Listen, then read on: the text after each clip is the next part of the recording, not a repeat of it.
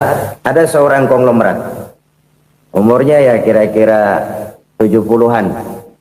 Suatu saat dia ditanya oleh wartawan, "Pak, umur Bapak berapa sih?" "Ya paling 10 tahun." 10 tahun? 10 tahun? Anak Bapak berapa orang? Satu. Satu saja? Satu. Harta Bapak berapa? Ya paling-paling bangsa 7 juta kali. 7 juta? Iya. Pak, kenapa Bapak bohongi saya? Bapak punya buku biografi, koran-koran, majalah-majalah banyak memuat cerita riwayat hidup Bapak. Saya tahu umur Bapak 70. Kenapa bilang cuma 7 tahun? Saya tahu anak Bapak 8. Kenapa cuma bilang 1? Saya tahu harta Bapak miliaran, mungkin triliunan, pabrik di mana-mana, bank di mana-mana. Kenapa bilang uang Bapak cuma 7 juta? Nah, kata si konglomerat tadi, "Kamu benar, Nak, kamu benar. Umur saya kalau jumlahnya memang 70, Nak. Cuman ingat-ingat saya, baru 7 tahun terakhir ini saya sujud. Baru 7 tahun terakhir ini saya berusaha dekat dengan Allah. Saya laksanakan perintahnya, saya jauhi larangannya. 7 tahun inilah rasanya yang ada nilainya di hadapan Allah. Yang 63 tahun matong, kelabu, kelem umur gue. Habis untuk maksiat, untuk munkarat. Maka ketika ditanya tadi, umur saya 7 tahun itu. Oh begitu Pak. Oh iya. Lalu anak Pak, anak Bapak kan 8. Kenapa bilang cuma 1? Nah, kalau jumlah hitungannya memang anak saya 8. Tapi dari 8 orang ini rasanya cuma 1 nih yang bakal jadi buah hati, belahan jantung, pelanjut cerita, penerus sejarah, bakal jadi anak soleh yang akan mendoakan saya. Cuman 1 rasanya anak saya ini yang bakal jadi buah hati saya, besar-besaran saya, yang akan mendoakan di kubur saya, yang akan mendoakan di akhirat saya. Yang 7 orang mana? Masya Allah, yang atu tenggeng, yang atu nyekek botol lolo, yang atu nggak karu-karuan. Makanya saya bilang 1 anak saya yang akan bisa mendoakan saya. Oh begitu Pak. Iya.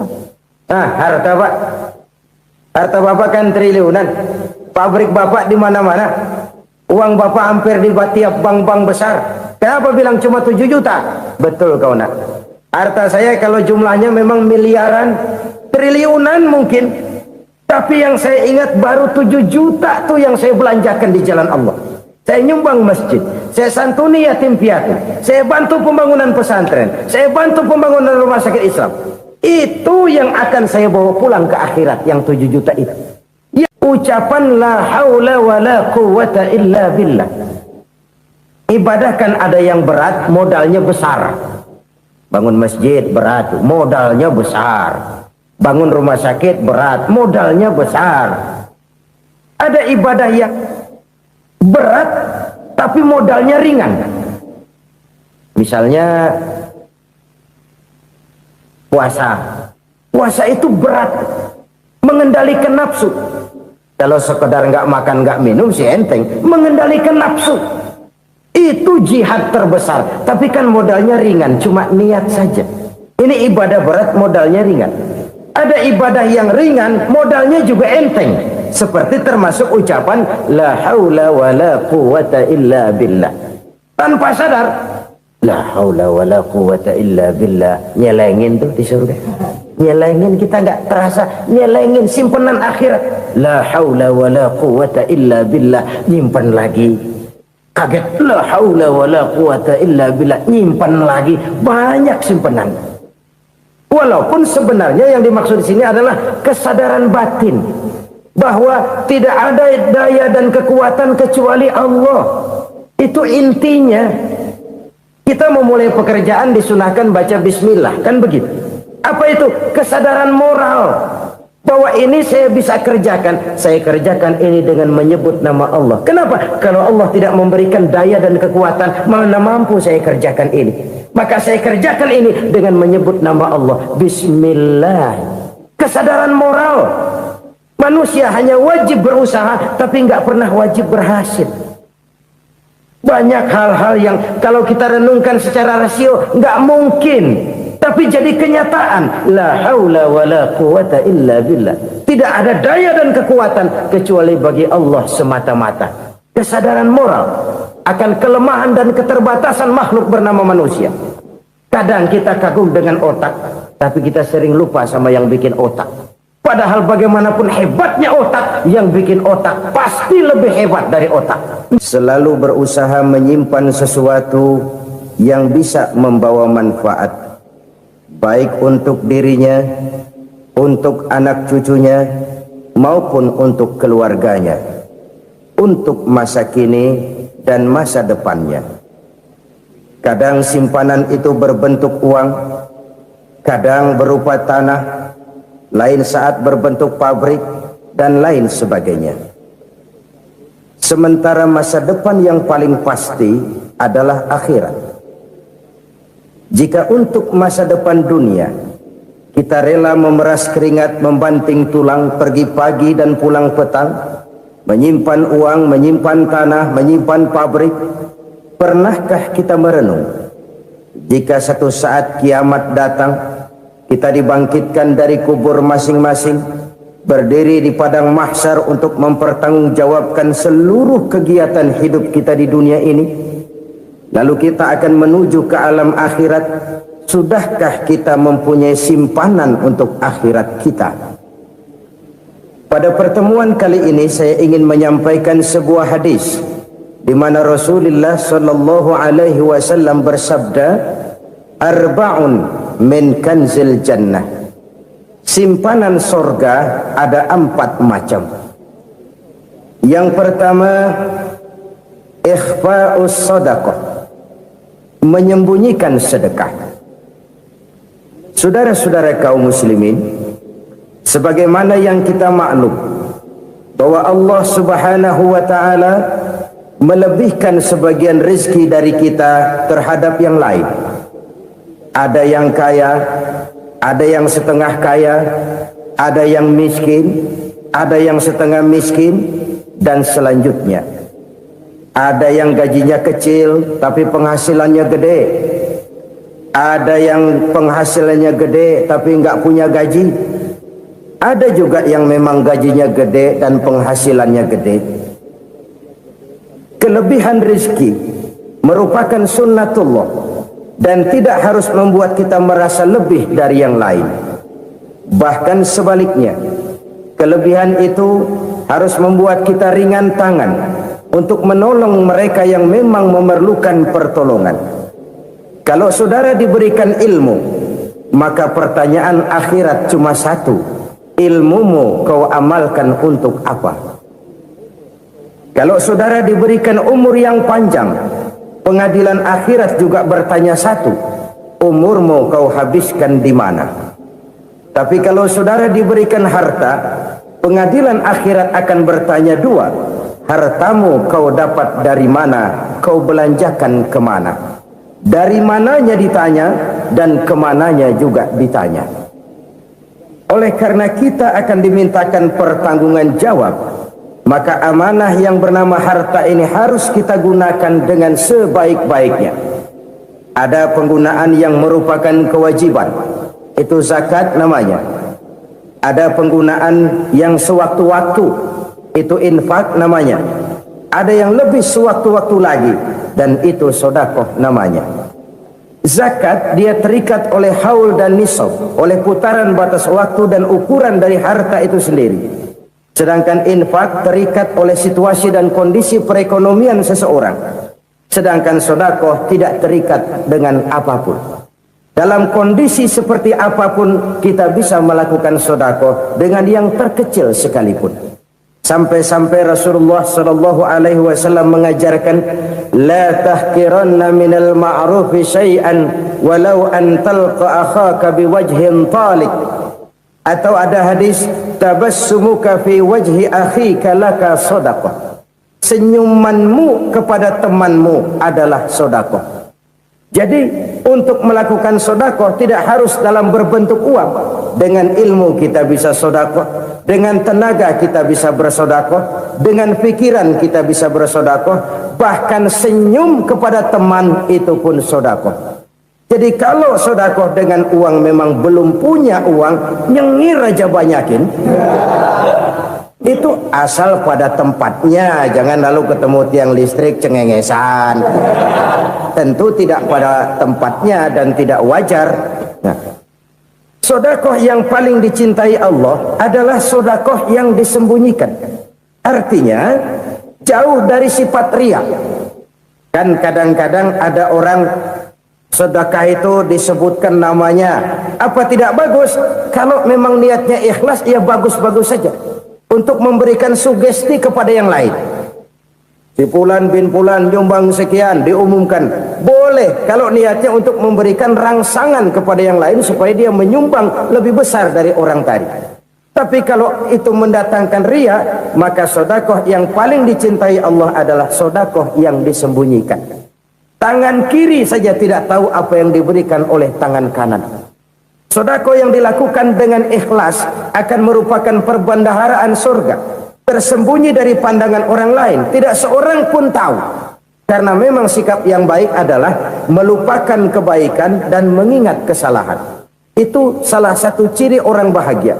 Orang yang selalu mengingat kesalahannya dan berusaha melupakan segala kebaikannya. Kalau dia akan ada kebaikan, dia tidak bisa ikut, dia merasa rugi karena dia merasa belum pernah berbuat baik. Tapi kalau akan melakukan kesalahan baru, dia ingat kesalahan yang sudah-sudah, sehingga terhalang baginya untuk melakukan satu kesalahan baru.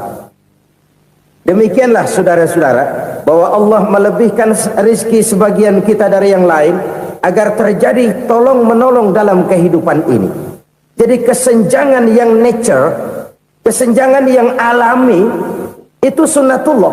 Ada yang kaya, ada yang miskin, ada yang kelas menengah. Nah, kenapa lalu sekarang kita berusaha mengentaskan kemiskinan? Oleh karena adanya kesenjangan struktural. Kalau yang kaya bisa semakin kaya, kenapa yang miskin tidak bisa naik jadi ikut sedikit kaya? Sebab pada dasarnya Islam adalah agama yang sejak turunnya sudah berupaya memerangi kemiskinan. Bahkan dikatakan kemiskinan itu mendekatkan kepada kekufuran.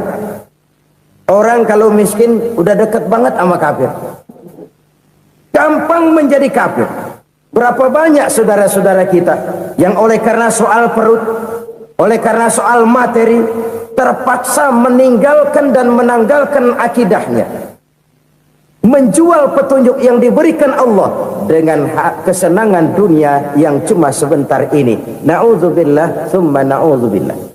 Jadi makin kita sembunyikan satu sedekah, semakin banyak perbendaharaan kita di surga. Sedekah yang paling dicintai Allah adalah sedekah yang disembunyikan. Malahan ada seorang sufi, dia punya kebiasaan kalau pergi sholat Jumat dia bawa uang, itu uang dia taruh di bawah tikar masjid. Dia niat sedekah kepada siapa saja yang nemuin itu duit. Maksudnya apa? Supaya yang nemuin nggak tahu siapa yang punya duit. Demikian dia saking ingin menyembunyikan sedekahnya.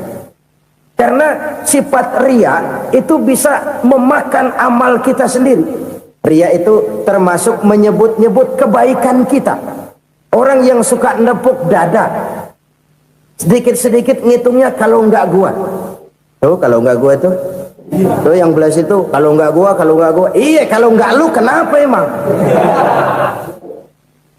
Orang yang suka menepuk jasad, tuh biasanya memang begitu, saudara-saudara. Kalau perang lagi berkecamuk, orang nggak sempat ngaku jadi pahlawan.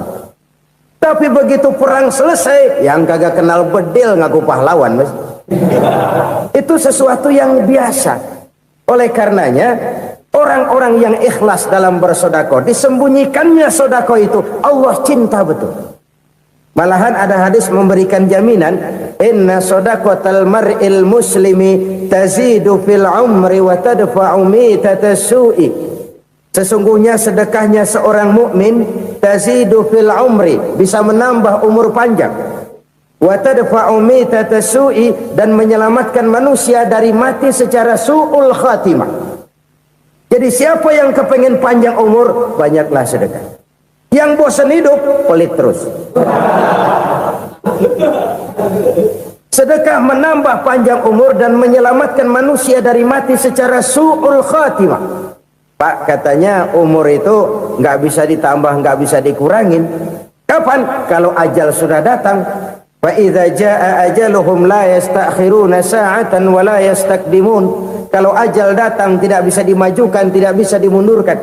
Itu kalau ajal sudah datang. Tidak bisa lagi umur ditambah dikurangi, sudah datang. Tapi kalau belum datang, itu kan haknya Allah. Mau ditambah, mau dikurangi, hak prerogatif Allah. Sebagai pencipta manusia, Allah Maha Kuasa dan Maha Mampu. Sedekah ini menambah panjang umur dan menyelamatkan manusia dari mati secara su'ul khatimah. Itu orang mati kan sama ya, kondisinya mati, nggak nafas. Tapi hakikat mati kan lain-lain. Ada yang mati itu husnul khatimah, baik akhirnya. Misalnya lagi ngaji mati, lagi sholat mati, lagi sedekah mati. Ini yang dinamakan dengan husnul khatimah, baik di akhirnya. Sebaliknya ada yang su'ul khatimah, jelek di akhirnya. Ini yang jadi catatan akhir. Lagi nyekek botol, mampus. Lagi banting kartu, modar. Su'ul khatimah, jelek pada akhirnya. Sedekah menyelamatkan manusia dari mati secara su'ul khatimah. Dan kita semua kepengen mendapat husnul khatimah, jauh dari su'ul khatimah.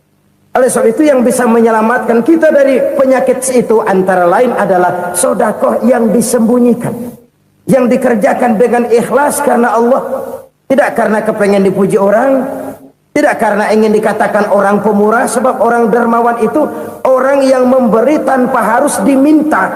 Kalau masih harus diminta, ya belum dermawan namanya, masih harus diminta.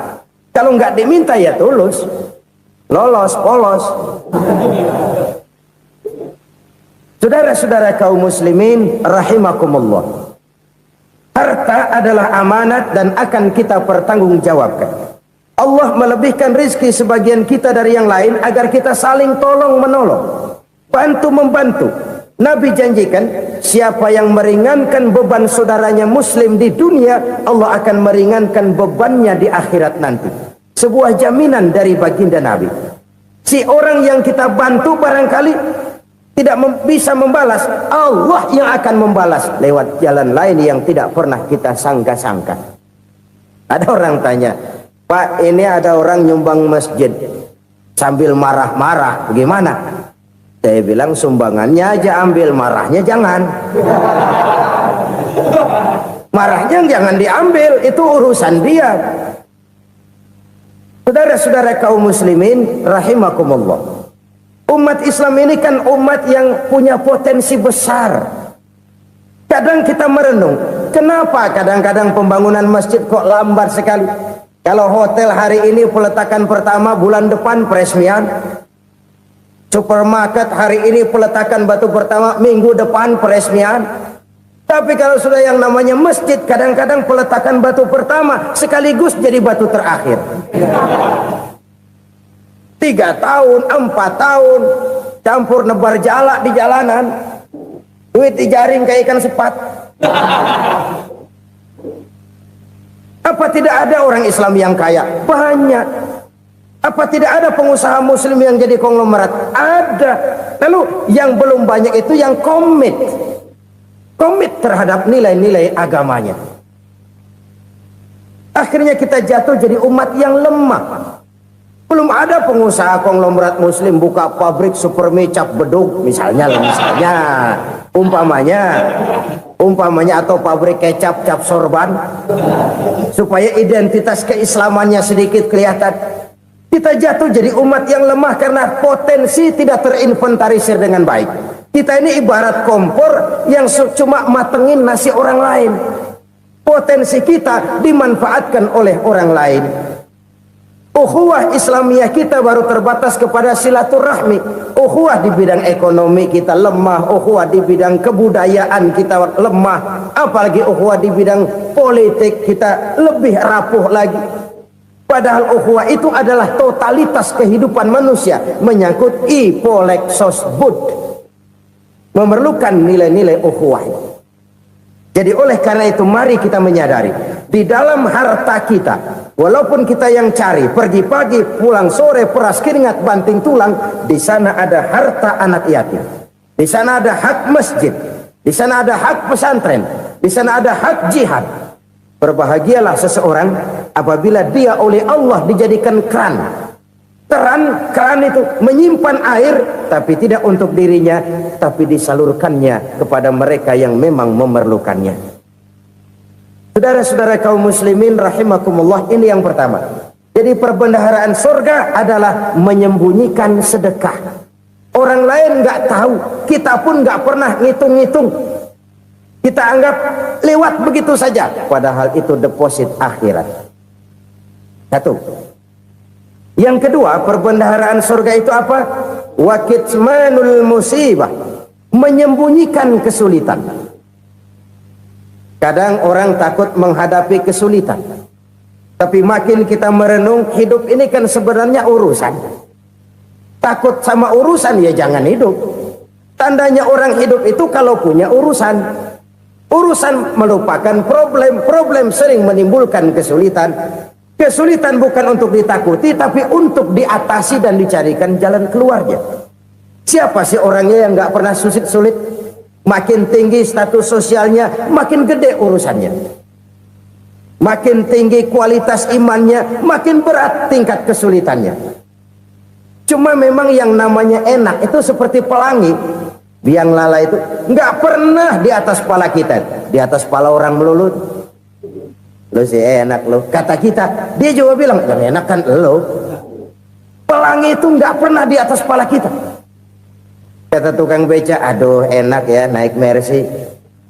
Kata tukang beca, apa yang di dalam mobil Mercy? Aduh enak bener tukang beca, di jok ngeringkuk ngorok pulas bener. Saya kamar pakai AC sejuk, tempat tidur sutra empuk, alga spring bed, gula kulik nggak bisa pulas kalau belum minum Valium, belum tidur. Enak bener tukang beca, di jok ngorok nggak tahu wetan kulon. Si tukang beca bilang yang di Mercy enak, yang di Mercy bilang tukang beca enak. Inilah enak, nggak pernah di atas kepala kita, di atas kepala orang lain melulu enak itu. Nah saudara-saudara, yang merupakan perbendaharaan surga itu orang yang bisa menyembunyikan kesulitan, baik pribadi ataupun rumah tangga. Nih terutama rumah tangga yang jadi soalnya. Kadang-kadang kita ini kalau senang, sebaliknya kalau senang kita diam, kalem aja, cuek. Banyak banget duit kita bawaan, diam aja udah. Malah ketemu orang takut. Tapi begitu susah, sekampung tahu. Padahal Nabi mengajarkan perbendaharaan surga itu menyembunyikan musibah, menyembunyikan kesulitan. Kalau enak, cerita sama orang-orang. Kalau nggak enak, rasain sendiri, tekan sendiri, atasin sendiri. Kita kan sebaliknya. Senang kita diam, asal lagi susah, paling tidak kita nyari teman buat cerita kesusahan. Siapa orangnya yang nggak pernah susah? Cuma soalnya bagaimana kita mengatasi kesusahan itu sendiri. Begitu juga misalnya kalau orang sudah berumah tangga, itu orang tuanya harus menjadi tempat dia cerita yang enak-enak saja. Yang nggak enak rasain berdua, selesaikan berdua, atasin berdua. Jangan dibalik. Asal senang diam, giliran susah saja. Maknya laporan. Terbalik. Bisa menjaga security informasi. Maka nama bayam keluar diam, malah seluitan. Enak amat lo makan daging ayam. Security informasi. Saudara-saudara kaum muslimin rahimakumullah, ujian yang terberat itu yang pernah diberikan kepada para nabi, para rasul, para aulia, para ulama, makin tinggi keimanan, makin berat bentuk kesulitan. Ayo saya kemukakan satu contoh saja. Ada seorang nabi yang kaya, nabi kaya, namanya Nabi Ayub. Iblis kalau orang begini kan keki, ibadahnya rajin, kaya. Nih yang kayak begini susah digodain. Kalau ibadahnya rajin, miskin, kali bisa disogok. Sini imannya mantap, ibadahnya rajin, kaya, nabi lagi. Oh, tapi namanya iblis nggak kurang akal. Laporan, Tuhan, kenapa Les? Ya ini bahasa saya, bahasa Qurannya sih nggak gitu. Itu hambamu yang namanya Ayub, dia rajin ibadah cuma karena dikasih kaya aja. Coba kasih miskin dia, berhenti dia sembahyang. Ah, kamu bisa aja. Saya tahu Ayub itu hambaku yang ikhlas. Saya buktiin Tuhan, silahkan.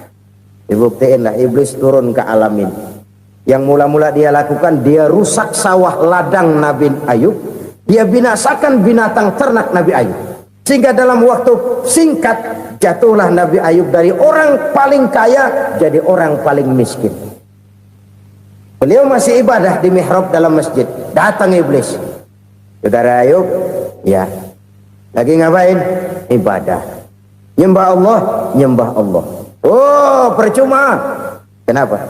Tuhan yang ente sembah nih, dia udah bikin miskin ente. Sawah ladang ente hancur lebur, binatang ternak binasa. Sekarang ente jadi orang paling miskin. Ngapain nyembah Tuhan kayak begitu? Tekor. Udah berhenti dah ibadah, berhenti ibadah. Ini iblis sama Tuhan laporannya lain, yang dikerjakan kepada Nabi Ayub juga lain. Benar begitu iblis, kata Nabi Ayub. Iya, sawah ladang saya habis, buras. Binatang ternak saya binasa, binasa. Saya miskin, bangpak. Apa jawab Nabi Ayub? Bukan innalillahi, ini hebat. Alhamdulillahillazi a'tani wa akhza minni. Segala puji bagi Allah yang telah memberikan harta kepada saya dan sekarang mengambilnya lagi. Alhamdulillah. Allah yang ngasih, Allah yang ambil. Itu mah urusan Allah. Iblis cuman ibadah jalan terus, sujud lagi Nabi Ayub. Iblis seleher gondok banget. Dasar Nabi nggak mempan dia apa-apain. Miskin malah alhamdulillah. Allah yang ngasih, Allah yang ambil. Jadi kalau kita tidak komit, kita tidak terikat kepada kaya, miskin, senang, susah, apa yang bisa bikin kita susah? Jadikan kekayaan, kemiskinan, jadikan senang, susah sebagai anak buah yang bisa kita atur. Jangan kekayaan ngatur kita, jangan kemiskinan ngatur kita. Kita yang harus mengatur mereka. Senang, susah, kaya, miskin, bahagia, sengsara, jadikan itu anak buah yang bisa kita atur. Kalau sekarang kita kaya, lain saat boleh jadi kita miskin, semiskin-miskinnya. Allah yang ngasih, Allah yang ambil. Tenaga mana yang bisa menghalangi? Ibadah jalan terus. Iblis makin gondok. Dasar Nabi loh. Akhirnya apa? Nabi Ayub dikerjain, diberikan penyakit. Demikian fatal penyakitnya. Bayangin, udah miskin sakit. Masya Allah. Miskin sakit. Sakitnya nggak lama, kira-kira 16 tahun. Istrinya 3, 2 mental minta ceraiin. Ngerawatin laki bengek begini. Senang belum tentu, susah udah pasti nih. Cerai aja, cerai dah. Cerai. Tinggal satu Siti Rahmah yang setia menemani beliau. Sesetia-setianya hati perempuan. Satu saat Siti Rahmah bilang, "Bang, iya, abang kan Nabi, Bang. Lalu, namanya Nabi kan doanya jarang meleset, Bang. Maksud kamu minta kenapa sih sama Tuhan biar abang sembuh, baik dah, Bang?" Siti Rahmah, iya. Saya sakit berapa tahun sih dah? 16 tahun, Bang. Sebelum ini saya sehat berapa tahun? Ya kira-kira 60 tahun, Bang. Nah, coba ente banding-bandingin, Rahmah. Saya dikasih sehat 60 tahun. dikasih sakit 16 tahun, sudah nggak sabar, mau doa kepada Allah minta sembuh. Saya malu kepada Allah. Diuji dengan yang luar biasa seperti ini, tidak mengganggu stabilitas kehambaannya. Dia tetap menghamba kepada Allah Subhanahu wa ta'ala. Saudara-saudara kaum muslimin rahimakumullah, kunci menghadapi kesulitan itu apa? Allah jelaskan dalam satu ayat, wa basyiris sabirin alladzina iza asabathum musibah qalu inna lillahi wa inna ilaihi raji'un. Gembirakan orang-orang yang sabar. Siapa mereka itu? Yang apabila mendapat musibah mereka kembali kepada keyakinan dasar, segalanya dari Allah dan segalanya akan kembali kepada Allah. Ini konsepsi dasar dari sikap muslim dalam menghadapi berbagai kesulitan. Segalanya dari Allah, segalanya akan kembali kepada Allah. Kalau ini sudah kondisi dasarnya, maka kita akan lapang menghadapi kenyataan bagaimanapun pahitnya. Apakah itu namanya miskin, apakah itu namanya sakit, bahkan maut sekalipun. Segalanya dari Allah, segalanya akan kembali kepada Allah. Ini sikap hidup, bukan sekedar ucapan. Kita kadang-kadang menjadikannya sebagai ucapan. Mulutnya sih nggak berhenti, innalillahi wa inna ilaihi raji'un, tapi nangisnya terus gerung-gerungan. Bukan itu, ini kesadaran moral. Kalau segalanya dari Allah, segalanya kembali kepada Allah, kan sebenarnya cuma nunggu giliran. Hari ini saya nyembayangin dia, entah hari apa saya disembayangin orang. Hari ini saya antar dia ke kubur, entah hari apa orang nganterin saya ke kubur. Hari ini saya tahlilkan dia, entah nanti kapan orang tahlilkan saya. Segalanya dari Allah, segalanya akan kembali juga kepada Allah. Oleh sebab itu saudara-saudara, kesulitan bukan untuk ditakuti. Kesulitan justru untuk diatasi, dicarikan jalan keluarnya.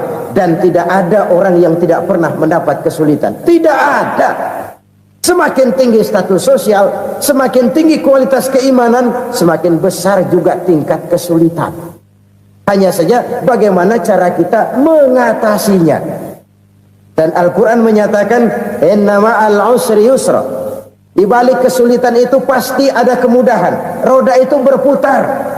Karena itu Rasulullah sallallahu alaihi wasallam mengingatkan kepada kita, ta'arraf ilallahi fir raha ya'rifka fis syiddah. Ingatlah kepada Allah di waktu kamu senang, supaya Allah ingat kepada kamu di waktu kamu susah. Kalau waktu senang kita ingat kepada Allah, kita susah, Allah tidak akan meninggalkan kita. Tapi kalau waktu senang kita jauh dari Allah, sujud tidak sempat, dengan masjid jauh, ketika senang kita lupakan Allah. Nanti begitu kita susah, Allah lupakan kita. Dan itu menyakitkan. Oleh karena itu orang-orang tua kita dulu bilang, kalau lagi sehat ingat-ingat lu bakal sakit nanti. Kalau lagi kaya ingat-ingat satu saat kita bakal jatuh miskin. Bahkan kalau lagi muda ingat-ingat kita bakal tua. Dan yang terpenting, kalau lagi hidup ingat-ingat kita bakal mati. Saudara-saudara kaum muslimin rahimakumullah. Jadi yang kedua yang merupakan perbendaharaan surga, menyembunyikan musibah. Saudara-saudara kaum muslimin rahimakumullah. Hal ketiga yang merupakan perbendaharaan surga adalah wasilatur rahmi. Orang yang suka bersilaturahmi. Sebagaimana yang kita maklum bahwa manusia adalah makhluk yang disebut zon politika. Makhluk sosial yang tidak mungkin hidup sendiri-sendiri. Betapa dan siapapun kita memerlukan orang lain. Bodoh betul manusia kalau tinggal di tengah masyarakat tapi tidak mau bermasyarakat. Merasa hebat sendiri, pinter sendiri, gagah sendiri, kaya sendiri. Mungkin kalau mati juga ngubur sendiri. Jangankan kita di sini, di sorga saja Nabi Adam waktu sendirian bengong melulu, mondar mandir. Allah tegur dam sepi dam. Ya ini kalau bahasa saya. Iya Tuhan, sepi ini nggak ada coret-corekan pisan ini. Diciptakan Siti Hawa baru anteng Nabi Adam. Itu di sorga. Cobalah. Umpamanya saudara tinggal di Jakarta nih. Kayak bener. Apaan aja di Jakarta punya saudara dah. Jembatan Semanggi ambil. Monas, Buntel bawa pulang. Hotel-hotel ambil semua. Cuman tinggal di Jakarta sendirian, apa enaknya? Betapa dan siapapun kita perlu orang lain. Tidak ada seorang pun yang bisa memenuhi kebutuhan hidupnya secara sendiri-sendiri.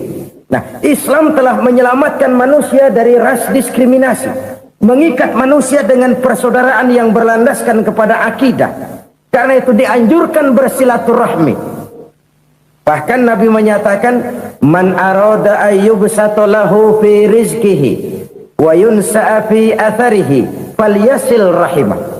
Siapa yang kepengen diluaskan rezekinya dan dipanjangkan usianya, banyaklah ia bersilaturahmi.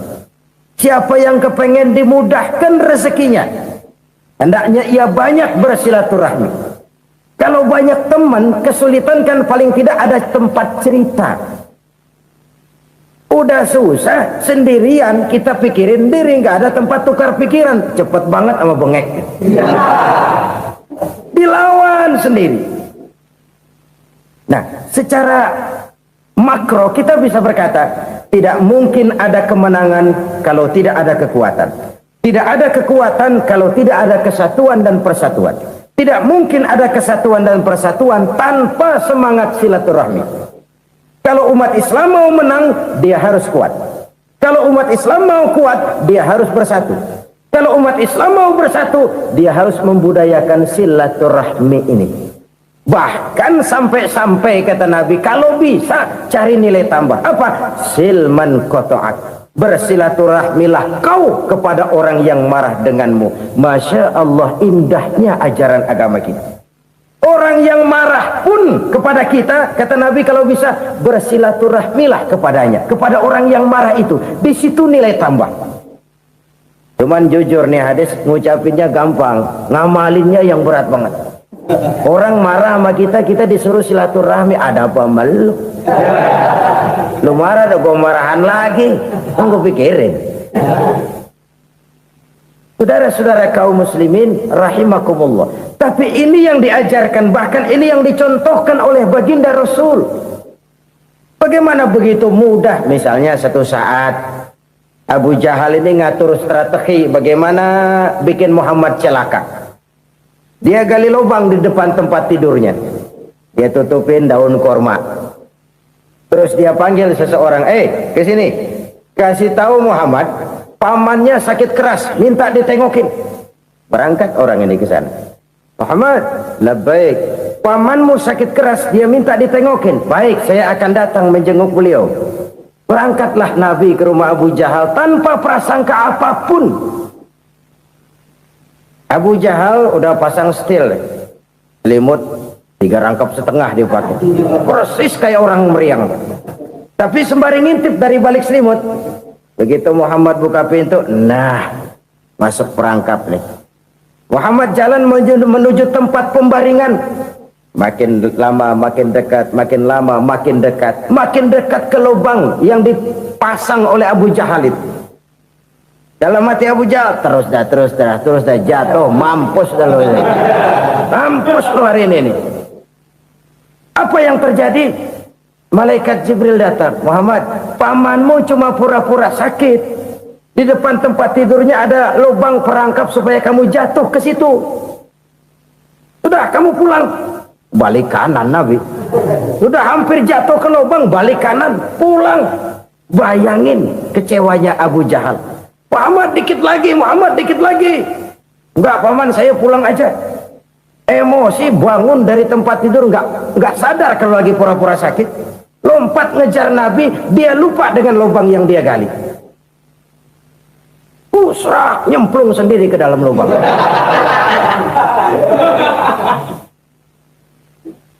Nabi terus berlalu. Ini terjadi keanehan.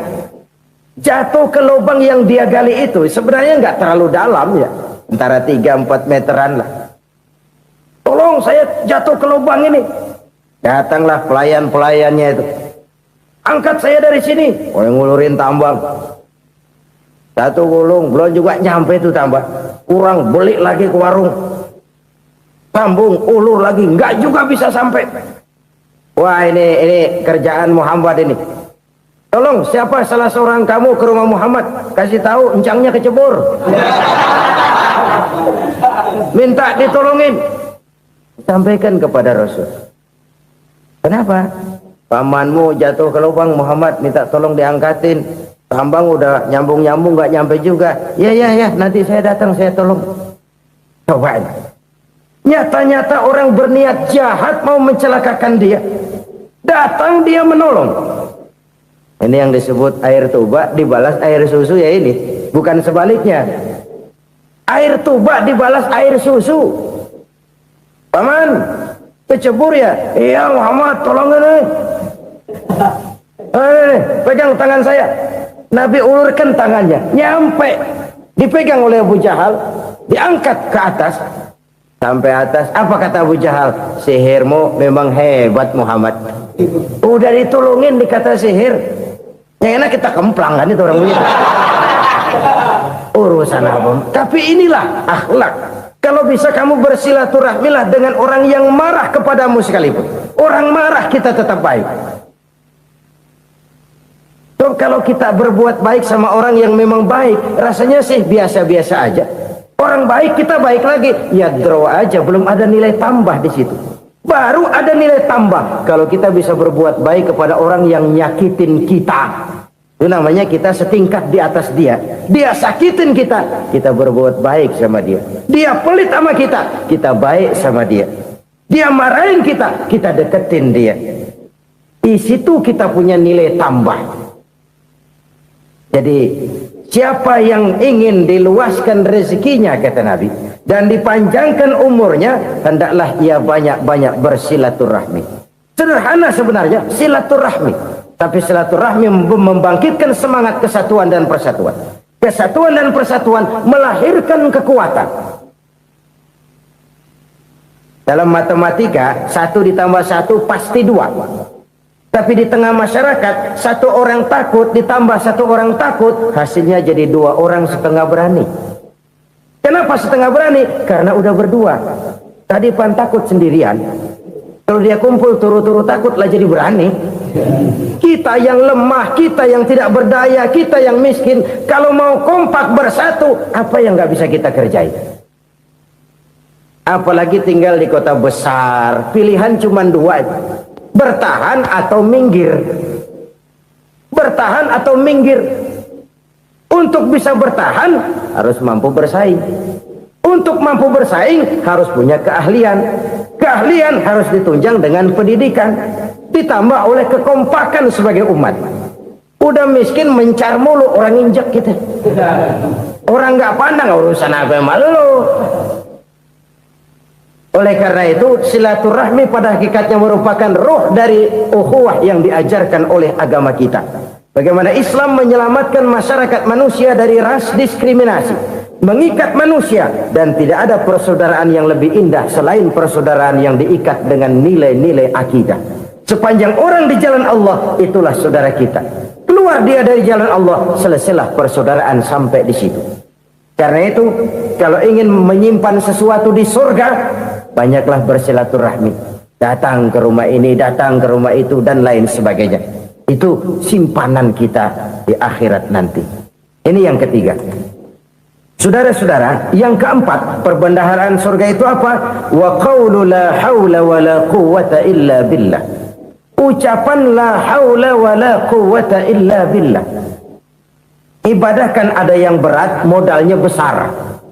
Bangun masjid berat, modalnya besar. Bangun rumah sakit berat, modalnya besar. Ada ibadah yang berat, tapi modalnya ringan. Misalnya puasa. Puasa itu berat, mengendalikan nafsu. Kalau sekedar nggak makan nggak minum sih enteng, mengendalikan nafsu.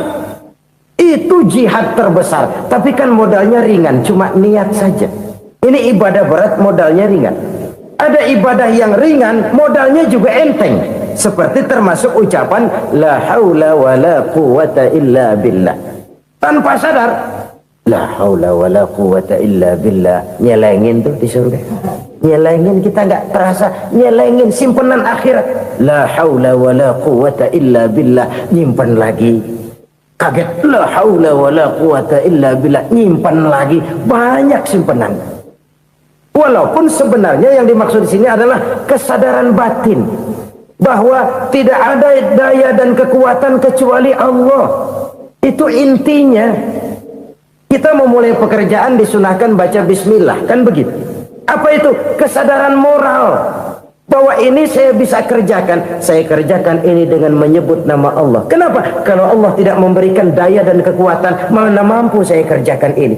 Maka saya kerjakan ini dengan menyebut nama Allah. Bismillah. Kesadaran moral.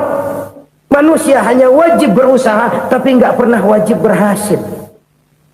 Banyak hal-hal yang kalau kita renungkan secara rasio nggak mungkin, tapi jadi kenyataan. La haula wala quwata illa billah. Tidak ada daya dan kekuatan kecuali bagi Allah semata-mata. Kesadaran moral akan kelemahan dan keterbatasan makhluk bernama manusia. Kadang kita kagum dengan otak, tapi kita sering lupa sama yang bikin otak. Padahal bagaimanapun hebatnya otak, yang bikin otak pasti lebih hebat dari otak. Nggak percaya, silahkan otak-otakan. Inilah kecenderungan. Kita kagum dengan pesawat-pesawat mutakhir, bukan main, besi gede banget terbang itu. Alangkah hebatnya. Lalu apa yang bikin otak tidak lebih hebat dari itu semua? Kita puji laut. Apa yang bikin laut tidak lebih hebat dari laut itu? La haula wa la quwata illa billah. Tidak ada daya dan kekuatan kecuali Allah. Apa yang bisa kita lakukan kalau tidak karena daya dan kemampuan yang diberikan oleh Allah kepada kita? Lahirlah sikap tawadu, rendah hati, tidak melonjak menjadi angkuh dan sombong, sadar akan kelemahan dan keterbatasan diri. Sebagai makhluk yang diciptakan oleh Allah Subhanahu wa ta'ala. Jadi satu sisi ini ucapan yang berpahala, la haula, jadi wiridan. Pada sisi lain ini kesadaran moral, sikap mental, kesadaran batin bahwa yang punya daya dan kekuatan itu cuma Allah. Kita nggak pantas untuk sombong, sebab sombong itu pakaiannya Allah. Kita nggak sedang pakai pakaian Allah, kegedean. Dan makin kita renungi, makin terbentur. Apa sih yang bisa kita sombongin? Kita mau sombong apa? Kaya? Pintar? Itu kan semua relatif. Di atas langit masih ada langit lagi. Jadi oleh karenanya, marilah kita menyadari. Manusia hanya wajib berusaha, tapi tidak pernah wajib berhasil. Yang berusaha saja tidak wajib berhasil, apalagi yang tidak berusaha. Islam bukan agama orang pemalas yang selesai sholat lalu ngelohom, nggelenggem ayem-ayem. Tapi Islam bukan agama orang sombong yang setelah berusaha lalu tidak memerlukan Allah. Kita bisa saja bikin proyeksi, tahun sekian kita bakal panen besar menurut perhitungan otak. Tapi ada kejadian lain. Apa? Tikus ngambek. Habis itu dimakanin tikus, panen gagal. Proyeksi rasional gagal oleh tikus-tikus yang ngambek itu. Bisa saja terjadi. Tahun depan kita panen besar, urung. Kenapa? Musim panas panjang. Dan sekarang ini koran-koran bikin berita musim mengalami penyelewengan. Bukan cuma manusia yang nyeleweng sekarang. Musim pakai nyeleweng. Mestinya kan musim hujan udah selesai, masih hujan-hujan juga. Musim. Nah sekarang kita boleh bikin proyeksi, kita bakal panen besar. Tahu-tahu musim panas panjang, sawah retak, air kering. Cari teknokrat yang paling botak, suruh pendekin tuh musim panas. La haula wa la quwata illa billah. Inilah kesadaran moral. Saudara, saya teringat satu saat ada seorang konglomerat. Umurnya ya kira-kira 70-an. Satu saat dia ditanya oleh wartawan, "Pak, umur Bapak berapa sih?" "Ya paling 10 tahun. 10 tahun. 10 tahun. Anak bapak berapa orang? Satu saja. Satu. Harta bapak berapa?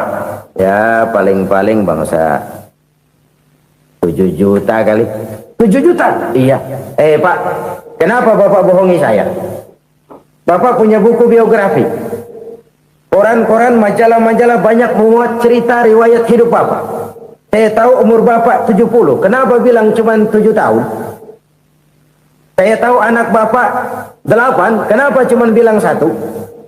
Saya tahu harta bapak miliaran, mungkin triliunan. Pabrik di mana-mana, bank di mana-mana. Kenapa bilang uang bapak cuma 7 juta? Nah, kata si konglomerat tadi, kamu benar nak, kamu benar. Umur saya kalau jumlahnya memang 70 nak. Cuman ingat-ingat saya, baru 7 tahun terakhir ini saya sujud. Baru 7 tahun terakhir ini saya berusaha dekat dengan Allah. Saya laksanakan perintahnya, saya jauhi larangannya. 7 tahun inilah rasanya yang ada nilainya di hadapan Allah. Yang 63 tahun matong, kelabu, kelem umur gue. Habis untuk maksiat, untuk munkarat. Maka ketika ditanya tadi, umur saya 7 tahun itu. Oh begitu Pak. Oh iya. Lalu anak Pak. Anak bapak kan 8. Kenapa bilang cuma 1? Nah, kalau jumlah hitungannya memang anak saya 8. Tapi dari 8 orang ini rasanya cuma 1 nih yang bakal jadi buah hati, belahan jantung, pelanjut cerita, penerus sejarah, bakal jadi anak soleh yang akan mendoakan saya. Cuman 1 rasanya anak saya nih yang bakal jadi buah hati saya, besar-besaran saya, yang akan mendoakan di kubur saya, yang akan mendoakan di akhirat saya. Yang 7 orang mana? Masya Allah, yang 1 tenggeng, yang 1 nyekek botol lolo, yang 1 nggak karu-karuan. Makanya saya bilang 1 anak saya yang akan bisa mendoakan saya. Oh begitu Pak. Iya. Nah harta Pak, harta bapak kan triliunan. Pabrik bapak di mana-mana. Uang bapak hampir di tiap bank-bank besar. Kenapa bilang cuma 7 juta? Betul kau nak. Harta saya kalau jumlahnya memang miliaran, triliunan mungkin. Tapi yang saya ingat baru 7 juta tuh yang saya belanjakan di jalan Allah. Saya nyumbang masjid, saya santuni yatim piatu, saya bantu pembangunan pesantren, saya bantu pembangunan rumah sakit Islam. Itu yang akan saya bawa pulang ke akhirat, yang 7 juta itu. Yang triliunan itu nanti akan diperebutkan oleh anak-anak saya sebagai waris saya. Jadi harta saya 7 juta itu yang bakal nemenin saya di akhirat, yang akan saya bawa pulang jadi teman saya. Saudara-saudara kaum muslimin, jangan-jangan orang tua itu adalah kita-kita ini. Jangan-jangan kita-kita ini adalah orang tua itu. Jangan-jangan itu potret dari diri kita masing-masing. Dari sekian umur yang diberikan Allah, berapa tahun yang ada nilainya di hadapan Allah? Dari sekian anak-anak yang merupakan amanah, berapa yang akan mendoakan kita sebagai orang tuanya menjadi anak soleh? Dari sekian banyak harta yang diberikan Allah, berapa yang akan kita bawa pulang menghadapnya nanti, yang kita belanjakan di jalan Allah? Ini sebuah potret kehidupan. Karena itu kita kembali kepada la haula wa la quwwata illa billah. Kita wajib berusaha, kita wajib berikhtiar. Selebihnya segala daya dan kekuatan hanya milik Allah saja semata-mata. Satu kesadaran batin dari setiap pribadi muslim. Setelah ia berusaha dan berikhtiar, ia menyerahkannya kepada Allah Subhanahu wa ta'ala. Jadi satu sisi ini merupakan wiridan ucapan yang mengandung pahala, pada sisi lain ini merupakan sikap batin dari seorang muslim di dalam ia menghadapi realitas kehidupan ini. Saudara-saudara kaum muslimin rahimakumullah, kalau ini kita jadikan satu basis kehidupan, maka ini akan menyelamatkan manusia dari kemungkinan tergelincir menjadi orang yang lupa diri dan lupa darat. Sebab itu Imamul Ghazali berpesan, jadidis safinah fa innal bahra amiq, wa khuziz zad fa inna safara ba'id, wa khaffifil hamla fa innal hamla sadid. Perbarui selalu kapalmu karena lautan sangat dalam. Bawa bekal yang banyak karena perjalanan ini sangat jauh. Ringankan beban, karena kebanyakan beban akan menyakitkan. Alangkah indah kalimat ini, alangkah dalam makna yang terkandung di sana. Perbarui selalu kapalmu karena lautan sangat dalam. Apa artinya ini? Jaga mentalmu baik-baik. Pelihara imanmu baik-baik, karena hidup penuh cobaan seperti lautan. Kita kalau berlayar di lautan kan kadang-kadang tenang, angin bertiup sepoi-sepoi basah. Jika malam datang, bintang gemintang bertabur menghias cakrawala. Rembulan memantulkan sinarnya dengan indah. Dalam keadaan begitu berlayar enak. Tapi lain saat ombak menggunung, halilintar menyambar, angin topan bertiup. Berapa banyak sudah saudara-saudara kita yang tenggelam di lautan dunia tanpa sadar bahwa dia belum sampai kepada pantai yang akan dituju. Berapa banyak sudah saudara-saudara kita yang tenggelam di lautan dunia ini tanpa sempat bangkit lagi. Dia menyangka sudah sampai kepada tujuannya. Hati-hati kapal jangan sampai bocor karena lautan sangat dalam. Iman ini jaga baik-baik karena hidup penuh dengan ujian. Wa khuzizat fa inna safara ba'id. Bawa bekal yang banyak karena perjalanan sangat jauh. Saudara mau ke Bandung, bawa duit. Saudara mau ke Surabaya, banyakkan lagi duitnya. Saudara mau ke Mekah, gepokan, iketan tuh duit nggak lembaran lagi. Makin jauh perjalanan, makin banyak bekal yang harus kita bawa. Kalau saudara dari Jakarta mau ke Surabaya, kagak bawa duit berangkat juga, itu sih bukan berani namanya, nekat. Sampai Surabaya belum tentu, sengsara di jalan udah pasti. Kenapa? Nggak bawa bekal berangkat. Sama juga kita nih, misalnya belum sempat sembahyang, mati. Waduh, berani banget orang. Belum punya bekal, mati. Sengsara di jalan. Atau bekal tidak cukup. Dari Jakarta saudara mau ke Surabaya, bawa duit 500 perak. Paling jauh Cikampek nyampenya itu. Paling jauh itu. Antara jauhnya perjalanan dengan bekal yang saudara bawa tidak seimbang. Hidup ini perjalanan panjang. A walking tour. Dimulai dari alam arwah. Sebelum jasad diciptakan, roh diciptakan lebih dulu. Dari situ pindah ke alam rahim. Dari alam rahim pindah ke alam dunia. Dari alam dunia pindah ke alam barzah. Baru menuju akhirat. Satu perjalanan panjang. Kalau bekal tidak bawa, sengsara di jalan. Bawa bekal yang banyak karena perjalanan ini sangat jauh. Wa khaffifil hamla, ringankan beban karena beban itu cuma akan menyulitkan. Kalau bekal itu sih keperluan, tapi beban nggak kita perluin, cuma ngeberat-beratin. Apa ini beban? Dosa. Kecurangan, kebatilan, kezoliman, ketidakadilan, kesewenang-wenangan. Itu akan jadi beban kita di akhirat. Alangkah celakanya, perjalanan panjang, bekal tidak bawa, beban kelewat banyak, alamat sengsara di jalan. Pahala tidak ada, dosa berlipat ganda. Na'udzubillah, summa na'udzubillah. Kalau kita rangkum nasihat Al-Ghazali dengan kisah si konglomerat tadi, kita akan mengambil kesimpulan. Pertama, bekal terbaik dalam menghadapi gejolak kehidupan ini tidak lain adalah iman. Yang kedua, pahala dan dosa. Dua hal kontroversial. Pahala adalah bekal, dosa adalah beban. Tapi kita sekarang kan tidak begitu terangsang kepada yang abstrak. Orang berlomba mencari yang konkret-konkret saja. Yang real. Kalau memang dosa, benjol dong. Kira-kira begitu. Kira-kira begitu. Persis orang Yahudi dulu. Orang Yahudi itu kan pernah minta kepada Nabi Musa. Ya Musa, lan nu'mina laka hatta narallaha jahrah. Musa, kami nggak bakal mau beriman kepada Allah kalau belum kami lihat Allah ada nongkrong di depan kami.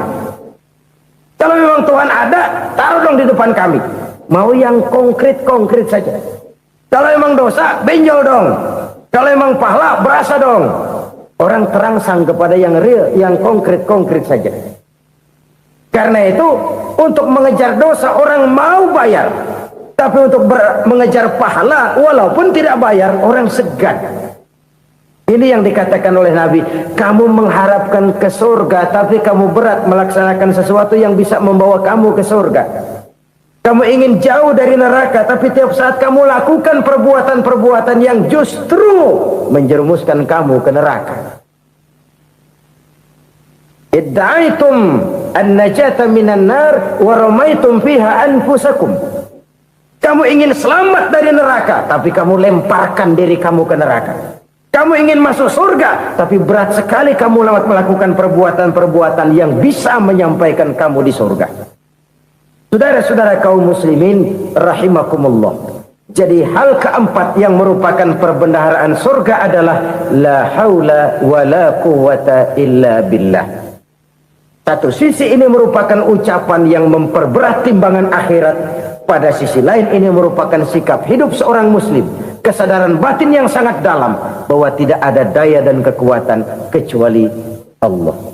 Dan itu kita simbolkan pada saat memulai pekerjaan dengan Bismillah. Dengan menyebut nama Allah. Satu kesadaran moral. Saya hanya bisa melakukan ini karena diberikan daya dan kekuatan oleh Allah. Lahirlah sikap tawadu, rendah hati, tidak melonjak menjadi angkuh dan sombong. Berpendapat bahwa hanya agamanya sajalah satu-satunya agama yang benar. Keyakinan seperti ini wajar. Keyakinan seperti ini normal, biasa, dan memang seharusnya. Tetapi keyakinan seperti ini pun bukan merupakan satu keyakinan yang harus ditudingkan keluar, tetapi lebih banyak ditujukan ke dalam. Dengan tujuan pertama untuk meningkatkan keimanan umat. Kalau seseorang sudah memiliki keyakinan bahwa hanya agamanya sajalah satu-satunya agama yang benar, saya yakin orang seperti itu akan konsekuen dalam kehidupan beragama. Tapi kalau dia berkeyakinan bahwa semua agama adalah benar, akhirnya ia akan berpendapat juga bahwa semua agama adalah sama. Kalau semua agama dipandangnya sebagai sama, maka tidak jadi soal benar baginya agama mana saja yang dianutnya. Kalau perlu agama diperlakukan seperti baju, bosan ganti, jenuh tukar, dan begitu selanjutnya, maka akan lahirlah sikap ngambang dalam kehidupan beragama. Yang kedua, keyakinan seperti ini lebih bersifat untuk menjaga orang dalam jangan sampai keluar, bukan untuk memaksakan orang luar untuk ke dalam. Agama adalah soal keyakinan, dan keyakinan tidak bisa dipaksakan. Keyakinan mungkin bisa ditekan, tapi satu hal yang jelas, keyakinan tidak mungkin bisa dipaksakan. Oleh karena itu, etika dakwah dalam Islam adalah bagaimana mengislamkan orang Islam, bukan mengislamkan orang di luar Islam. Sebab sejauh ini kewajiban para mubalik hanyalah untuk menyampaikan Islam dan bukan mengislamkan orang. Kalau kita telusuri sejarah, kita akan melihat kenyataan ini. Apakah Nabi Nuh misalnya tidak ingin agar putranya Kan'an jadi orang beriman saja? Ingin sekali Nabi Nuh itu. Atau apakah Nabi Ibrahim juga tidak ingin agar orang tuanya yang bernama Azar jadi orang beriman saja? Luar biasa keinginan Nabi Ibrahim. Atau pada contoh yang lebih dekat lagi, apakah Nabi Muhammad sallallahu alaihi wasallam tidak mempunyai keinginan agar Abu Jahal dan Abu Lahab berdiri pada barisan orang yang beriman saja? Ingin sekali baginda Nabi. Kalau sejarah kemudian menceritakan kepada kita, Kan'an putra Nabi Nuh berdiri dalam barisan orang-orang kafir, Azar, bapak Nabi Ibrahim, malah menjadi produsen berhala. Sedangkan Abu Jahal dan Abu Lahab habis-habisan menentang, menghalangi, memfitnah, bahkan berusaha menghancurkan perjuangan Nabi. Itu seluruhnya merupakan indikasi kita hanya wajib untuk menyampaikan Islam. Sedangkan seseorang akan Islam atau tidak, itu sepenuhnya berpulang kepada hidayah dari Allah Subhanahu wa ta'ala. Kalau keyakinan ini kita tudingkan keluar, lalu berupaya menarik orang luar agama Islam ke dalam Islam, akan timbullah benturan-benturan. Inilah yang sering menjadi kenyataan di mana seseorang menyebarkan agama kepada orang yang sudah beragama. Timbullah hal-hal yang tidak kita inginkan. Timbullah singgungan-singgungan dan benturan-benturan yang tidak diharapkan, yang pada kesempatan ini akan kita bicarakan. Yang ketiga, keyakinan seperti ini untuk menumbuhkan fanatisme beragama. Kita semua maklum, orang kalau cinta kepada suku bagus, tapi fanatik kepada suku salah. Orang cinta kepada guru bagus, tapi fanatik kepada guru tidak benar. Soal guru dan suku kita harus objektif. Orang cinta kepada agama bagus, orang fanatik kepada agama merupakan bagian daripada kehidupan beragama. Fanatik dalam arti berpegang teguh, sebab hanya dengan watak seperti inilah setiap penganut suatu agama akan menjadi konsekuen dengan nilai dan ajaran agamanya masing-masing. Untuk mencegah terjadinya singgungan dan benturan-benturan dalam upaya menyebarkan agama, maka di negeri kita ini digalakkanlah 3 macam kerukunan yang dikenal sebagai tri kerukunan. Pertama, kerukunan antar umat seagama. Kedua, kerukunan antar umat beragama. Dan yang ketiga, kerukunan antar umat beragama dengan pemerintah. Mari kita lihat persoalannya lebih jauh lagi. Pertama, kerukunan antar umat seagama. Kita sama maklum bahwa Islam telah mengikat kita dengan akidah. Dari manapun seseorang datang, apapun saja warna kulitnya dan bahasa apapun yang dipakainya, kalau akidahnya sama, maka dia adalah saudara kita. Lebih tegas ini disabdakan oleh Rasulullah sallallahu alaihi wasallam. Innallaha la yanzuru ila suwarikum wa amwalikum, walakin yanzuru ila qulubikum wa a'malikum. Allah Subhanahu wa ta'ala tidak memandang potonganmu. Allah Subhanahu wa ta'ala juga tidak memandang hartamu. Yang Allah lihat, yang Allah nilai, yang Allah pandang tidak lain adalah hatimu dan amal perbuatanmu. Tentang wajah, tentang kulit, warna kulit, tentang suku, bangsa dan bahasa, Islam menganjurkan kita untuk objektif. Ini yang orang sering katakan, walaupun keluar dari dubur ayam, kalau memang telur, ambil. Keluarnya dari dubur ayam, tapi telur, kenapa tidak diambil? Islam mengajarkan kita untuk objektif. Islam mengikat kita dengan akidah. Kita adalah satu umat yang satu, yang ringan sama dijinjing, berat sama dipikul. Kita adalah bagaikan satu tubuh. Apabila yang satu sakit, yang lain akan ikut merasakan sakit. Kita adalah bagaikan satu bangunan. Posisi dan komposisi boleh saling berbeda, tetapi satu sama lain harus saling memperkuat, harus saling asih dan asuh. Jangan saling gasak, gesek dan gosok. Seorang muslim boleh saja dibungkus oleh baju tentara. Seorang muslim boleh saja dibungkus oleh baju polisi. Seorang muslim boleh dibungkus oleh baju pejabat, teknokrat, dokter, seniman, artis, pengusaha, pedagang, petani. Tapi baju apapun yang membungkus badannya, jiwa dan semangat Islamnya tidak boleh luntur oleh baju yang membungkus badannya itu. Lalu mampu menyusun kebersamaan untuk kemajuan dan kepentingan kita bersama. Soal perbedaan pendapat halal, soal perbedaan pendapat wajar. Kepala sama hitam pendapat tentu berbeda. Tapi marilah kita lapang dada untuk menerima perbedaan pendapat, mencoba memandang orang lain tidak cuma dari sudut kepentingan sendiri saja, tidak cuma dengan kacamata kita saja, tapi mampu melihatnya dalam konteks yang luas. Hanya dengan demikian kita akan menjadi arif, menjadi bijaksana di dalam memberikan penilaian dan tidak terjebak kepada sudut pandang kita sendiri saja.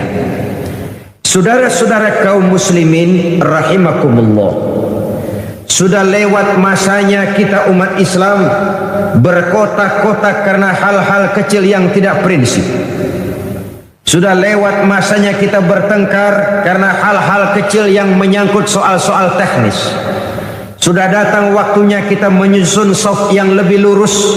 Oleh karena tantangan-tantangan yang akan kita hadapi jauh lebih berat dari yang sudah kita lalui. Dan tentu orang yang tidak senang umat Islam bersatu masih banyak. Orang yang tidak senang umat Islam kompak masih gentayangan di mana-mana. Terang-terangan menghantam Islam jelas mereka tidak berani. Kenapa? Ada satu modal positif dari kita umat Islam, yaitu fanatisme agama. Artinya walaupun konsep agama tidak dilaksanakan, tapi kalau jihad dan berjuang untuk agama, dia mau berkorban nyawa. Ini merupakan modal yang positif. Maka orang ngerti betul, kalau Islam dihantam terang-terangan, yang paling goblok juga mesti marah. Mesti marah, mesti tersinggung, mesti terhina. Kalau agamanya dihantam terang-terangan, dia mesti bangkit. Maka untuk menghantam Islam, orang tentu masih menerapkan teorinya Slaughter-Gronye. Orang masih memakai taktik dan strateginya Dr. Van der Plas. Mau menghantam Islam, masuk ke dalam, bikin kacau Islam dari dalam. Tidak bisa assalamualaikum latihan, assalamualaikum. Tidak bisa pakai sorban, pakai sorban. Bicara di tengah umat Islam seolah-olah untuk kepentingan dan membela umat Islam. Di belakangnya tidak lain tujuannya untuk menghancurkan Islam dari dalam. Maka kiai diadu dengan kiai, ulama diadu dengan ulama, umat bertengkar dengan sesama umat karena perbedaan organisasi. Maka jadilah kita nasib umat Islam persis seperti jangkrik. Marilah kita menyadari bahwa perbedaan pendapat satu hal yang wajar. Seorang muslim boleh dibungkus oleh baju apapun saja, tapi jiwa dan semangat Islamnya tidak boleh luntur oleh baju yang membungkusnya. Islam adalah milik muslim. Apa dia jadi tentara, apa dia jadi polisi, apa dia jadi pejabat, apa dia jadi seniman, apa dia jadi teknokrat, apa dia jadi artis, jikalau dia muslim, maka Islam adalah miliknya. Harus wajib dijaga dan dibela secara bersama-sama. Saudara-saudara kaum muslimin rahimakumullah, oleh karena itu jangan cuma bisa mempelajari dan membaca kitabnya Imam Syafi'i, tapi belajar jugalah akhlak dan etikanya Imam Syafi'i. Jangan hanya sekedar membaca dan mempelajari kitabnya Imam Abu Hanifah, tetapi belajar dan simak jugalah akhlak daripada Imam Abu Hanifah. Satu contoh yang ringan saja. Imam Syafi'i berbeda pendapat dengan Imam Malik, tapi Imam Syafi'i tidak pernah menyalahkan Imam Malik. Ini yang saya maksud akhlak. Berbeda pendapat, tapi tidak saling tuding, tidak saling menyalahkan. Imam Abu Hanifah berbeda pendapat dengan Imam Syafi'i, tapi Imam Abu Hanifah tidak pernah menyalahkan Imam Syafi'i. Bahkan ada satu riwayat, satu malam Imam Abu Hanifah ziarah ke makam Imam Syafi'i. Lalu beliau menginap di sekitar komplek itu. Ketika subuh beliau sholat menjadi imam dan beliau membaca doa kunut pada rakaat kedua. Selesai sholat, murid-murid beliau bertanya, "Ya Syekh, Tuan Imam, Tuan kan memfatwakan tidak pakai kunut." "Betul." "Kenapa sekarang Tuan sendiri pakai kunut?" Apa jawab Imam Syafi'i? Apa jawab Imam Abu Hanifah? Sederhana saja. Ihtiraman li Syafi'i. Saya menghormati pendapatnya, saya menghormati fatwanya daripada Imam Syafi'i ini. Berbeda pendapat tapi saling menghormati. Berbeda pendapat tapi tidak saling menyalahkan. Ini yang hilang sekarang. Kita baru beda pendapat sedikit aja kayaknya udah lakum dinukum. Maka perbedaan pendapat tidak lagi jadi rahmat, malah sering jadi bala. Dalam kehidupan sehari-hari kita sering lihat di desa-desa terpencil ini terangkat ke permukaan.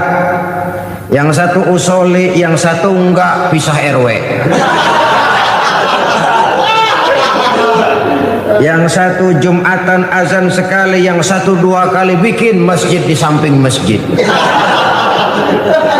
Satu kunut, satu tidak, main asah bendok. Kalau hal seperti ini berkelanjutan, kita akan tertarung di kaki teman sendiri, menggunting dalam lipatan, menjegal kawan seiring, dan kita sendiri yang akan menderita kerugian. Oleh karena itu, pada pertemuan kali ini, marilah kita bina kerukunan antar umat seagama.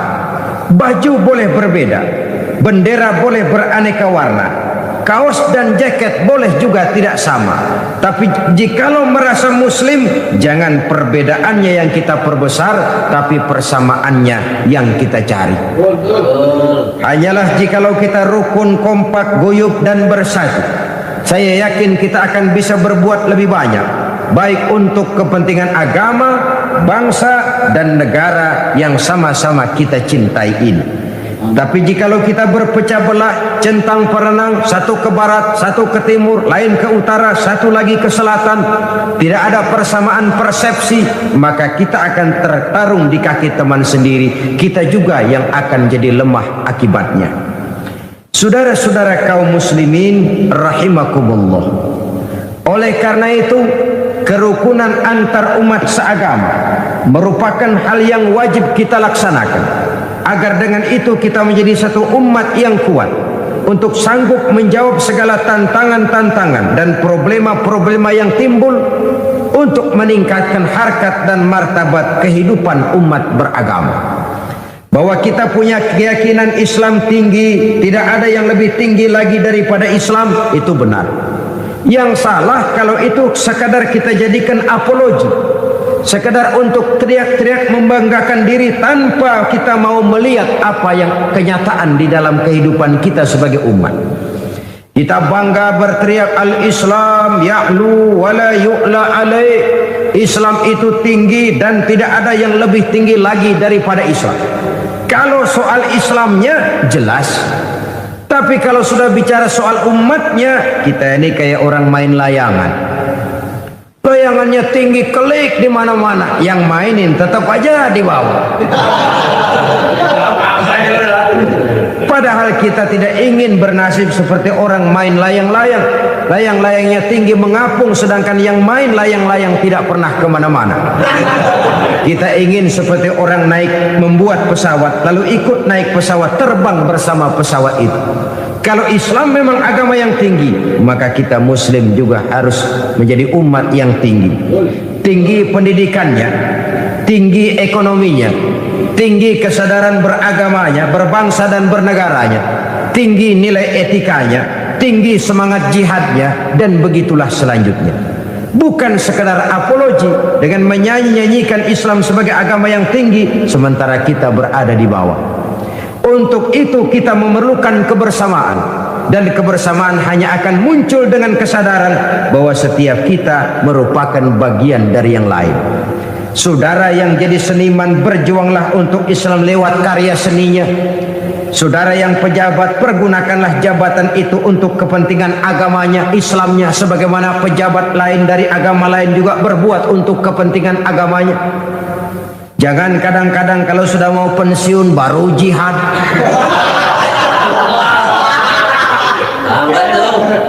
Walaupun terlambat lebih baik daripada tidak sama sekali, tapi kan akan lebih baik lagi kalau tidak terlambat.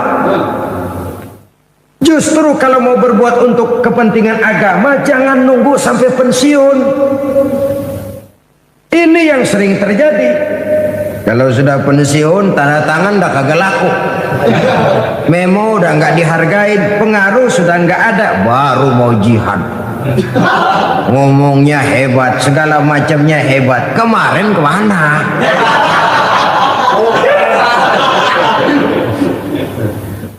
Ya memang terlambat itu lebih baik daripada tidak sama sekali. Tapi kan lebih baik lagi kalau tidak terlambat. Dan kenapa takut berbuat untuk Islam? Karena orang lain, pejabat lain pun dari agama lain berbuat untuk kepentingan agamanya. Sama-sama berbuat.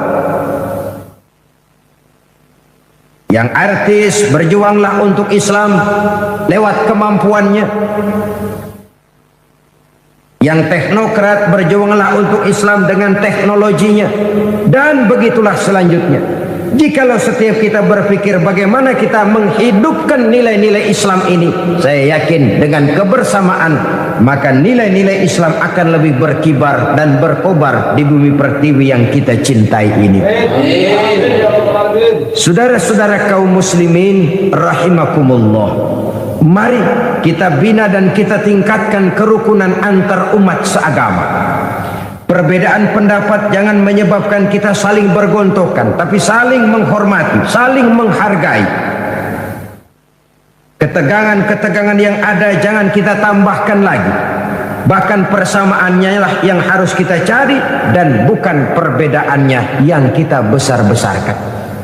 Mari kembali kepada kesadaran Islam telah mengikat kita dengan tali akidah. Wa'tasimu bihablillahi jami'an wa la tafarraqu. Berpegang teguhlah kamu kepada tali Allah, kepada Islam ini, kepada Al-Quran ini, dan jangan kamu berpecah belah, jangan kamu bercerai-berai. Quran tidak melarang kita berbeda pendapat, hadis tidak melarang kita berbeda pendapat. Baik Quran maupun hadis sama-sama melarang kita berpecah belah. Di dalam satu hadis Nabi memberikan peringatan tegas sekali. Isnani la yanzurullahu ilaihima yaumal qiyamah. Ada dua golongan manusia yang di hari kiamat nanti tidak akan dipandang oleh Allah Subhanahu wa taala. Dua macam manusia di akhirat nanti didiemin aja, nggak diaru-aruin, dipanteng, nggak diendain. Bukan main, saudara-saudara. Jangankan di akhirat, di dunia ini aja ya. Kalau kita didiemin aja sama orang tua kita, bingung. Didiemin aja sama mertua, bingung. Bingung. Ini orang tua maunya apa, Mbok? Ya kalau salah ditegur, kalau perlu diadili, diadili. Ini nggak didiemin aja, bingung. Apalagi itu di dunia, apalagi di akhirat. Sedangkan di akhirat nanti kan orang kan tumben ke akhirat kan. Belum pernah ada sebelumnya yang ke sana.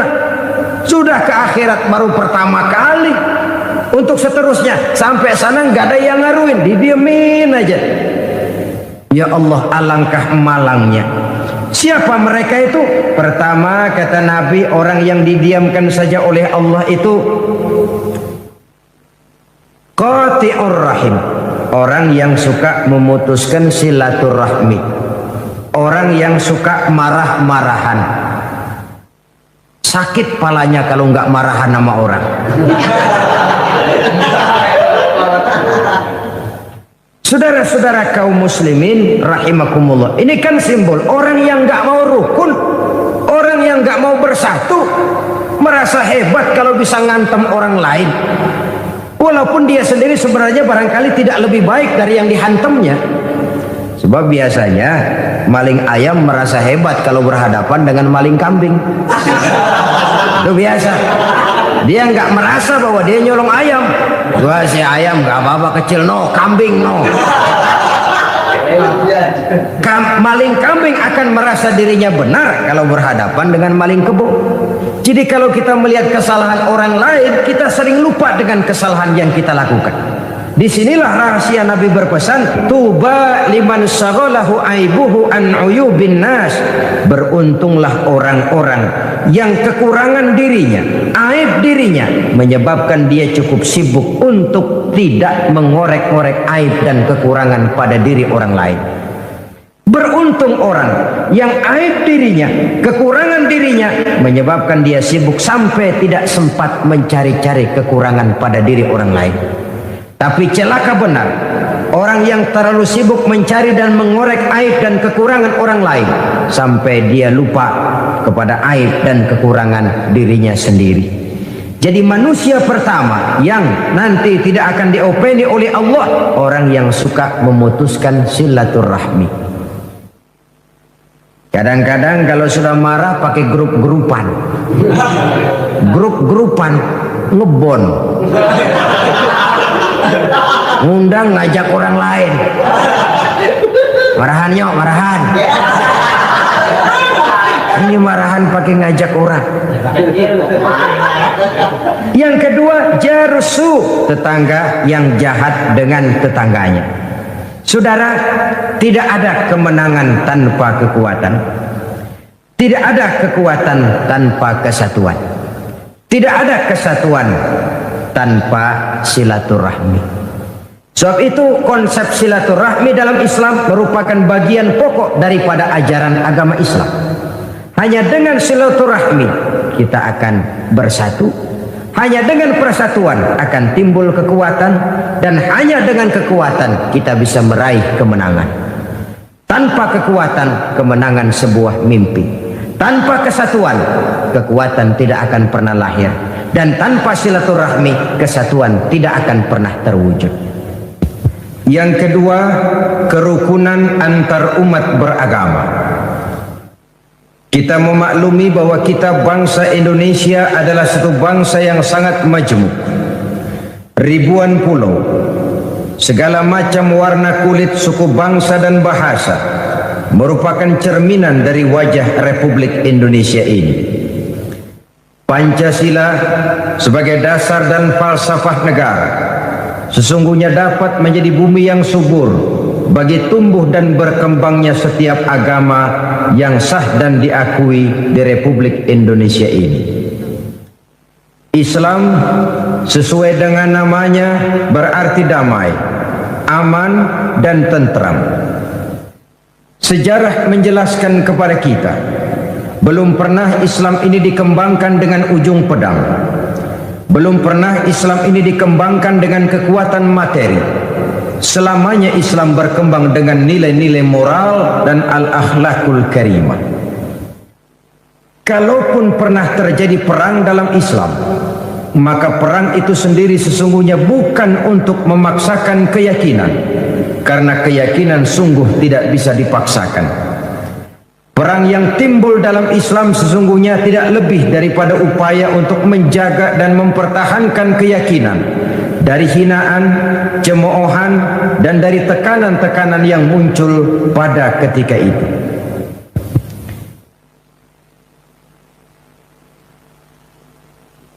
Saudara-saudara kaum muslimin rahimakumullah. Namun pada prinsipnya, di negara-negara manapun di dunia ini, apabila umat Islam mayoritas, maka orang-orang luar Islam bisa hidup dengan tenang, aman, dan damai. Begitulah kenyataan. Jika dia kecil, umat Islam ini, maka dia bisa menjaga diri. Dan jika dia besar, maka dia bisa mengayomi. Kecilnya bisa menjaga diri, besarnya bisa melindungi.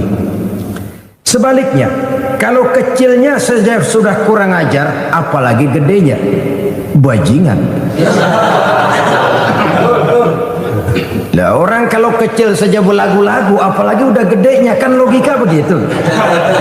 Masih kecil udah berani kurang ajar, apalagi gedenya yang kereng itu. Itu logika mengajarkan begitu. Dimanapun saja umat Islam itu, kalau dia berjumlah sedikit, dia bisa jaga diri. Tapi kalau dia berjumlah besar, dia bisa melindungi.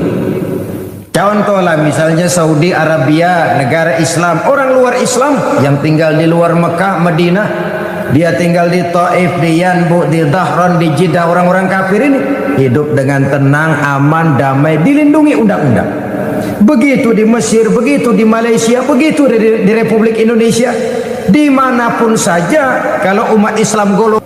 Tetapi kadang-kadang sejarah juga yang menceritakan bahwa kalau kebetulan umat Islam minoritas, nasib mereka menyedihkan, ironi, memilukan, kadang-kadang memalukan. Ini juga merupakan kenyataan daripada sejarah. Oleh sebab itu, untuk mengatur lalu lintas kehidupan beragama, program kerukunan antar umat beragama itu harus berjalan, saling menghormati, saling menghargai. Tapi jangan menyebarkan agama kepada orang yang sudah beragama. Sebab kalau sudah upaya menyebarkan agama kepada orang yang sudah beragama, maka akan timbullah singgungan-singgungan yang sungguh sangat tidak kita harapkan. Maka para ustadz, para kiai misalnya tidak boleh membawa-bawa Quran masuk ke rumah-rumah orang lain agama untuk menyebarkan Islam ini. Sebaliknya orang lain dari agama lain juga tidak boleh masuk ke rumah-rumah orang Islam. Hormatilah orang yang sudah beragama. Jangan penganut suatu agama dijadikan sasaran bagi pengembangan agama lainnya. Bahwa setiap kita berkeyakinan semua orang di luar kita adalah tidak benar, wajar. Bahwa kita berpendapat bahwa semua orang di luar kita adalah kafir, pantas. Bahwa kita berkeyakinan bahwa semua orang di luar agama kita tidak ada jaminan masuk surga, wajar. Tapi keyakinan itu harus ditujukan ke dalam, jangan keluar. Kalau sudah keluar, Muslim berkeyakinan seperti itu, orang lain dari agama lain berkeyakinan seperti itu, akan terjadilah benturan-benturan di mana kita menyebarkan agama kepada orang yang sudah beragama. Akan timbullah hal-hal yang tidak kita harapkan. Maka toleransi, menjaga kerukunan antar umat beragama ini pun harus ada batas-batasnya.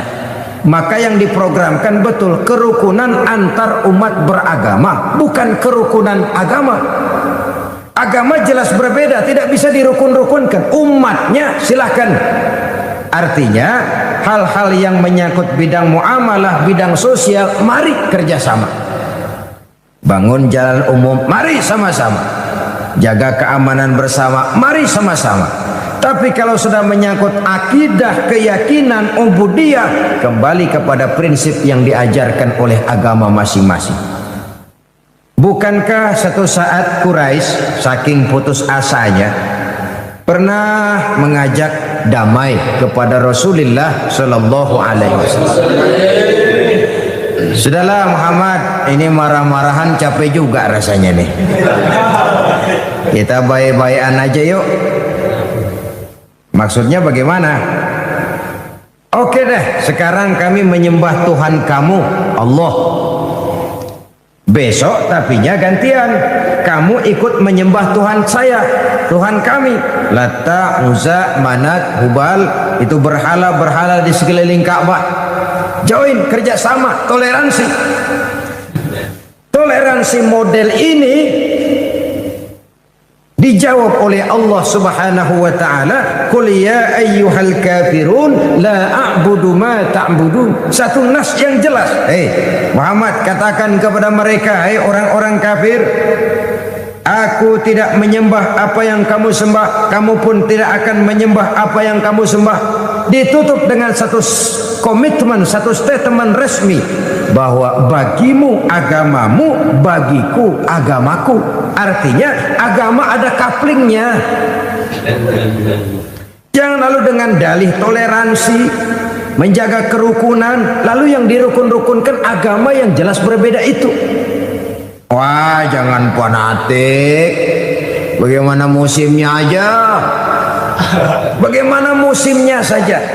Lalu semua agama dicampur adukkan. Saudara-saudara kaum muslimin rahimakumullah. Kalau soal menghormati orang yang berbeda agama, Islam paling hebat. Begini, orang kafir itu kan ada dua macam. Ada yang disebut kafir zimmi, ada yang dinamakan kafir harbi. Nah, kafir harbi ini semua orang di luar Islam yang kurang ajar kepada umat Islam. Jelas nantang, jelas mengganggu, jelas menghambat. Kafir harbi halal darahnya. Yang kedua kafir zimmi, ini orang di luar Islam yang hidup berdampingan dengan umat Islam, saling menghormati, saling menghargai. Terhadap orang kafir seperti ini, Nabi pernah memberikan pesan, man aza zimmiyan faqad azani. Siapa yang coba menyakiti orang zimmi, orang kafir yang mau hidup damai dengan umat Islam, itu sama saja dengan menyakiti aku, kata Nabi. Dan siapa yang menjadi menyakiti aku, akulah lawannya di hari kiamat nanti. Artinya hormati. Pernah juga Rasul sedang duduk dengan para sahabat. Ada sekelompok orang berangkat mengantar mengusung jenazah, hendak mengubur jenazah. Serta merta Nabi berdiri memberikan penghormatan kepada jenazah yang lewat itu. Setelah jenazah lewat, para sahabat bertanya, ya Rasulullah, iya, yang lewat tadi itu jenazah orang Yahudi, kenapa kita berdiri menghormatinya? Jenazah Yahudi. Yahudi ya Rasul. Orang bukan sih? Ya orang, kalau orang mah. Cuman Yahudi. Hormati, kata Nabi. Yang dihormati orangnya, bukan keyakinan. Sudah mati pun dihormati. Konon lagi masih hidup. Tapi jangan lupa, menghormati manusianya tidak sama dengan menghormati agamanya.